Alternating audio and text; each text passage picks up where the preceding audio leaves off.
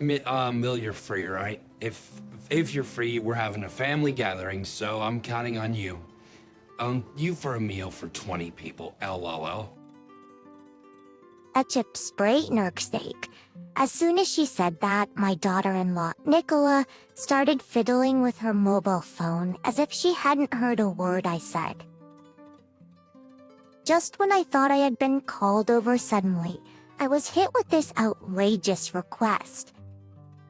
Expecting me, a mother-in-law, to prepare a meal for 20 people all by myself. It's clearly unreasonable when you think about it. But I have a special skill up my sleeve. Nicola probably hopes that I won't be able to prepare the meal and end up embarrassing myself, but there's no certainty that I can't do it. I decided it was finally time to show Nicola that skill she was unaware of. Emily? My name is Ellis, a 65-year-old homemaker. I live alone since my husband passed away. We had one son, Oliver, who has since left home, married, and started his own family. As I was genuinely happy when Oliver got married, Nicholas seemed like a very sweet person, and I hoped that, despite being in-laws, we would get along well. Ellis, can you come over? I'm swamped with housework. You're free anyway, right? For tea one day while relaxing at home, I received such a call from Nicola. It takes only about a 10-minute walk from my house to Oliver and Nicola's, and we used to interact quite frequently. However, most of these interactions were due to Nicola's unreasonable demands. Again, didn't you ask, aren't you just say the same thing last week? Aren't you just being lazy, you're a homemaker, aren't you, Nicola? Frustrated by the frequent calls, I retorted sharply. Just come back good. Quickly, we're family, right? I'm asking for help, so you should help. You should be thankful I married your son. Nicola's hysterics were nothing new. After Oliver's marriage, Nicola, who I thought was kind and gentle, turned out to be someone who threw tantrums and tried to manipulate situations where things didn't go her way, just like a child who had grown up without changing. Even Oliver was troubled about what to do. No matter how many times I scolded her, Nicola's hysterics only got worse. We got keep enduring such repetitive interactions. But curing hysterics isn't easy, especially if the person doesn't intend to reflect. So when Nicola got angry, I tried not to provoke her too much and made compromises to calm her down quickly. So when Nicola got Ernie, I tried not to provoke her too much and made compromises to quickly calm her down. Alright, I'll come, just calm down. Upon hearing my words, Nicola sighed. Her tone seemed a bit calmer, suggesting she might be returning to a more peaceful mental state. Really, Asno, Alice, you're so stubborn. It's you should just agree from the start. Honestly, I sometimes wonder why I have to do these things, but since Oliver can't handle Nicola, I have no choice. I took the bare minimum essentials and headed to Oliver and Nicola's house. Aren't you late? You didn't make a detour, did you?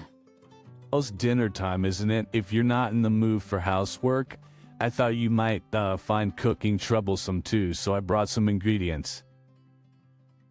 True, indeed, I didn't come straight to Oliver and Nicola's house because it was almost dinner time. I thought of cooking for them and had bought ingredients. It's almost dinner time, isn't it? If you're not in the mood for housework, I thought you might find cooking troublesome too. So I brought some ingredients. as well. Why'd you have to do unnecessary things? I didn't ask you to make dinner. Surprised by her sudden complaint, I unintentionally let out an "wow." I was just trying to be considerate and prepare dinner. But what did I do wrong? Unable to comprehend the sheer irrationality of the situation, I tilted my head in confusion. There's fine. That makes you happy to take over all my tasks, isn't it?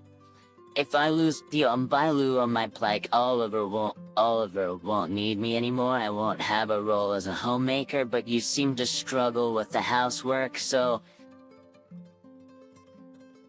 and do things that aren't necessary.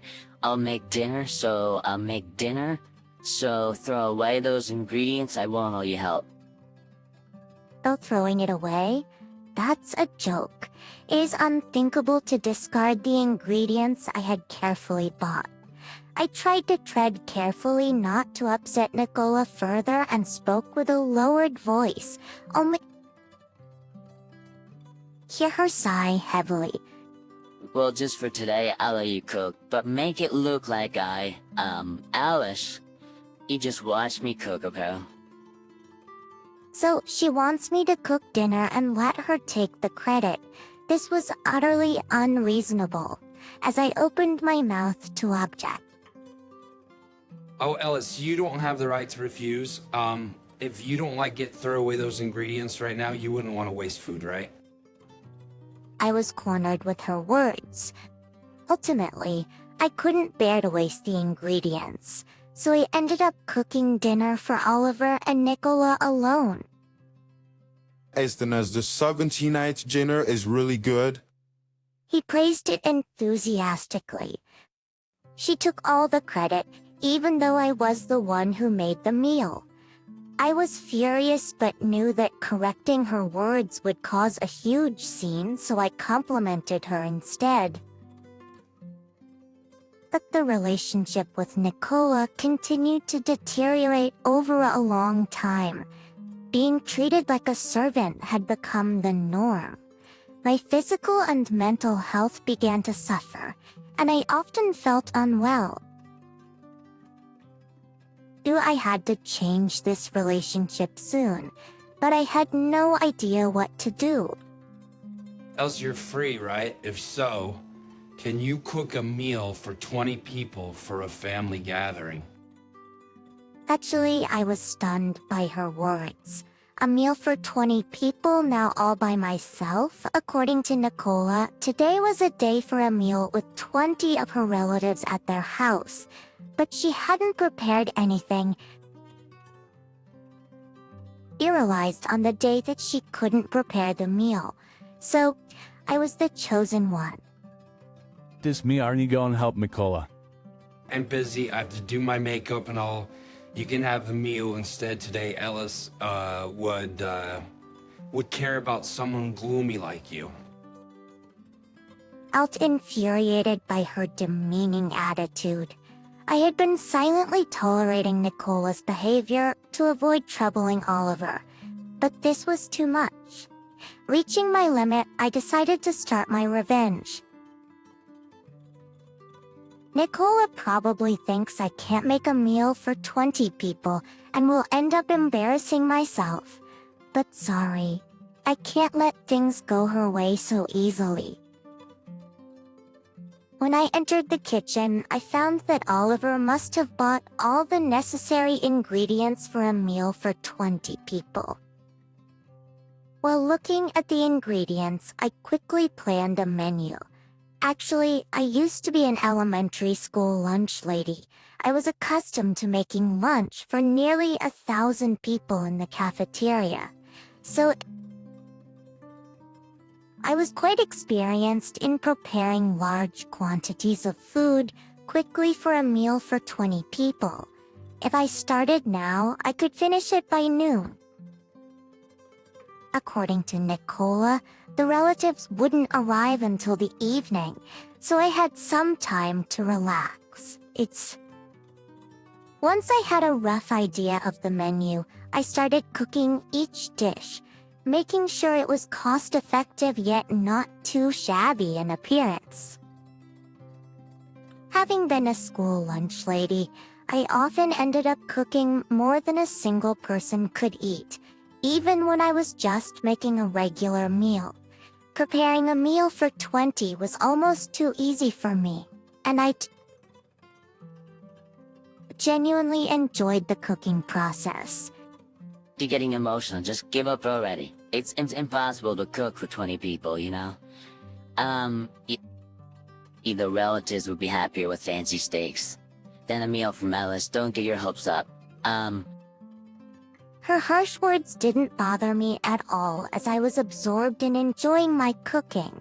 Nicola's words were like a fly bite, insignificant. I could feel Nicola's mood deteriorating, perhaps frustrated that her words didn't affect me. In the past, I would have immediately apologized to Nicola and tried to cheer her up upon noticing this. But not anymore. I had decided to thoroughly turn Nicola's world upside down. Imagining that this pain that awaited Nicola in the future, a smile crept onto my face. As the time passed, Nicola's relatives began to arrive. Although Nicola herself had a rather unfortunate personality, her relatives seemed decent enough, and some even offered to help when they saw me working in the kitchen. Would you like some help? They asked. Every time I received such kind words, Nicola would glare at me as if to say, "Don't accept their help. I appreciate your offer. Please look forward to the meal." I bowed my head politely and said, "We are looking forward to it." I received warm words. Despite being treated terribly by Nicola, I had no grievances against her relatives. I put extra effort into the cooking to make sure they enjoyed their meal. Hilda said, "I'm sure they will enjoy it. I was making creme brulee, my favorite dessert since childhood, for the gathering. The spectacle of caramelizing the sugar with a burner right before serving had always fascinated me as a child. I'm sure they will enjoy it. I was making creme brulee, my favorite dessert since childhood, for the gathering. The spectacle of caramelizing the sugar with a burner right before serving had always fascinated me as a child. Actually, as I started on the dessert, Nicola appeared in the kitchen. "Aren't you done yet with dinner? Isn't it a bit late?" She laughed, looking down on me. She probably never expected that I had already finished the main dishes and was making dessert. "It's still early for dinner. Can't you wait quietly a little longer?" I declined, and Nicola, seemingly displeased with my attitude, confronted me.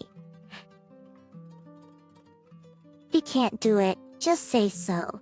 The relatives seem concerned about you. Please don't ruin this gathering." I responded coldly, prompting Nicola to pout and leave the room. She couldn't throw a fit in front of the relatives, except with a bit of leeway. I looked into the living room and saw Nicola, completely different from her usual self, smiling and chatting amiably with the relatives. Her true nature was clearly hidden. In the midst of all this, Oliver, who must have been at work today, returned home. Upon noticing that I was preparing everything alone in the kitchen, he immediately called Nicola over. "What's going on here? Why are you relaxing while Mom is doing all the work? Isn't that strange?" He questioned her, but Nicola, losing her smile, replied, "Elise wanted to do it, so I'm letting her. Besides, Morian. I'm busy with the relatives, however. To be honest, it seemed more like the relatives were entertaining Nicola than the other way around. Nicole was the one doing all the talking, and the relatives first were merely nodding along. They even ran out of drinks, and I had to offer to get more because Nicola did nothing. It could hardly be called hosting. Thank you, but I'm fine. It will be ready soon. Thank you, but I'm fine. It will be ready soon. Virtually, even though I was getting tired of it, I still had enough enthusiasm to enjoy it. In doing so, I realized once again just how much I love cooking and was even thankful to Nicola for giving me the opportunity to discover that. Just wait a bit longer. I need to make sure the relatives are well taken care of too. Done. Finally, all the dishes, including the dessert, were ready.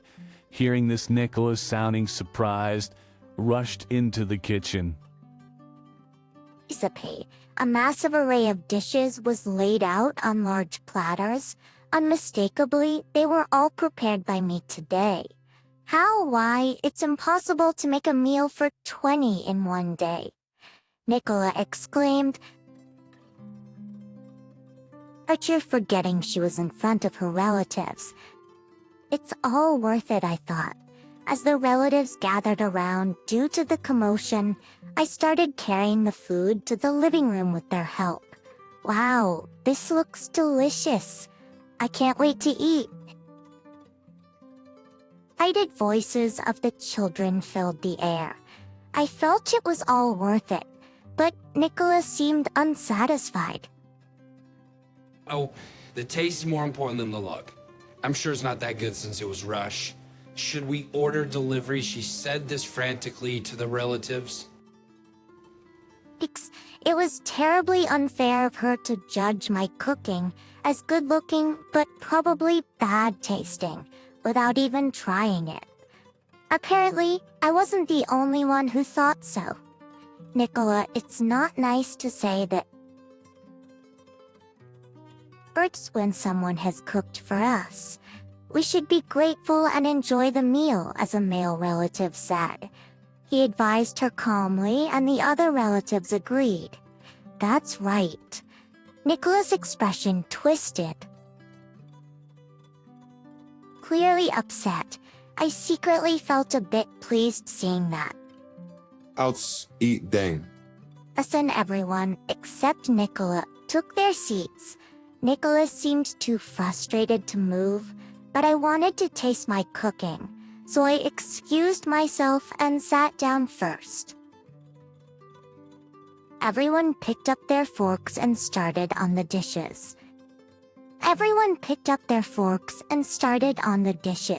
Joining in to say delicious, delicious and enjoying the meal. Seeing this, I felt it was all worth the effort and sighed in contentment.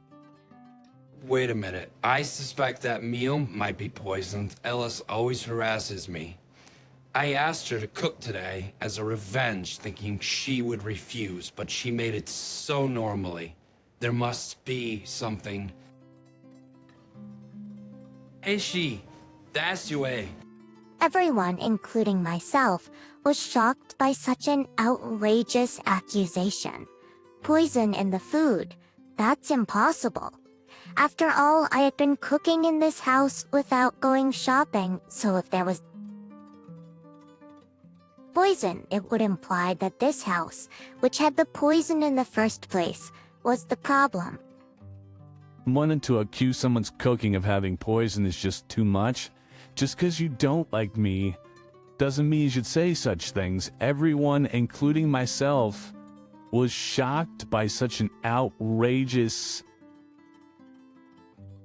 accusation. Poison in the food, that's impossible. After all, I had been cooking in this house without going shopping, so if there was poison, it would imply that this house, which had the poison in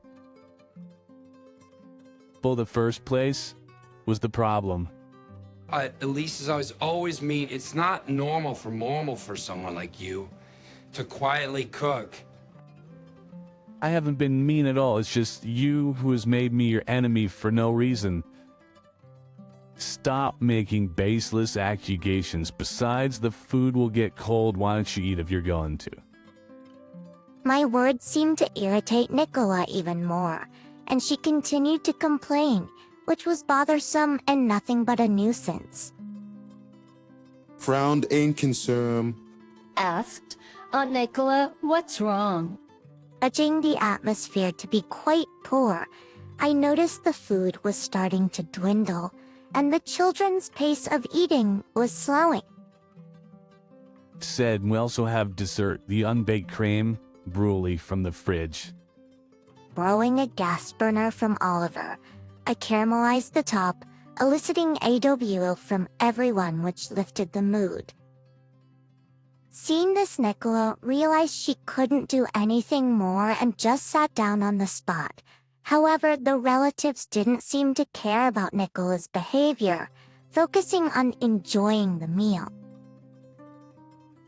Nicola, feeling utterly defeated and likely overwhelmed by embarrassment, soon retreated to her room. No one, not even her parents who had attended the dinner, seemed concerned or bothered to check on her. Honestly, it felt like just desserts. The dinner was a huge success, but Nicola's attitude towards me worsened, constantly coming over to say terrible things. Her behavior escalated, and even Oliver, who had sensed the tension between us, felt it was too much. Eventually, Oliver and Nicola divorced, and the house became Oliver's. Nicola went back to her parents' house, but they were furious with her and didn't let her in. Now, Nicola lives alone in an old apartment, making ends meet with a part-time job. As for me, I sold my old house and moved in with Oliver. Just awakened by the joy of cooking, I started a cooking class. Surrounded by students, I'm living a happy life. Dealing with Nicola was honestly tough. It was stressful, and being burdened with all the housework was unbearable. Having my efforts taken for granted was unpleasant. But the meal I spent a whole day making to thwart Nicola brought me happiness. Thinking about it, I feel proud of myself for continuing to cook earnestly. I will keep making many more dishes, always putting my heart into each one, sincerely engaging with cooking,